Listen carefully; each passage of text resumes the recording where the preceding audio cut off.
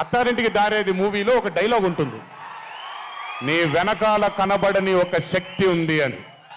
వీళ్ళందరి వెనకాల కనపడని ఆ శక్తియే మా చింటూ వంశీ.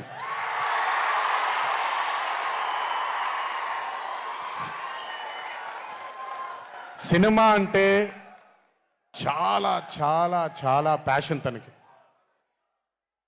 మాట కరుకుగా ఉంటుంది, కఠినంగా ఉంటుంది, కానీ మనిషి లోపల ఇంకంతకంటే మంచి మనిషిని నేను ఇప్పటిదాకా కలవలేదు.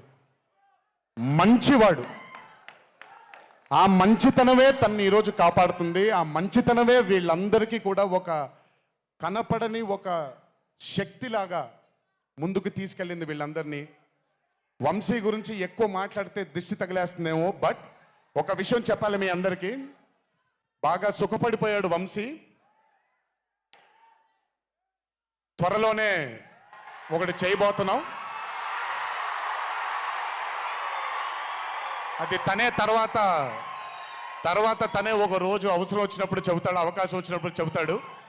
కానీ ఆ సినిమా చేసిన రోజు మాత్రం వంశీ ప్రొడ్యూసర్గా ఆ సినిమా చేసిన ప్రెజెన్స్ ఇదంతా కూడా కాదండి. వంశీ ప్రొడ్యూసర్గా తన పేరు పడిన రోజు, ఆ చిత్రం మొదలుపెట్టిన రోజు, మీ అందరినీ హ్యాండిల్ చేయమని తను వదిలేయబోతున్నాను. నాకు సంబంధం లేదు. మీరు తిట్టుకోవాలన్నా కొట్టుకోవాలన్నా వంశీ ఇన్ఛార్జ్ మీకు. నువ్వు నాకు నచ్చావు సినిమాలో సునీల్ అనుభవించు రాజా, వెంకటేష్ గారిని పంపించేగానే కూర్చొని ఎంజాయ్ చేస్తుంటాడు చూడండి, అలా ఉంటాను నేను.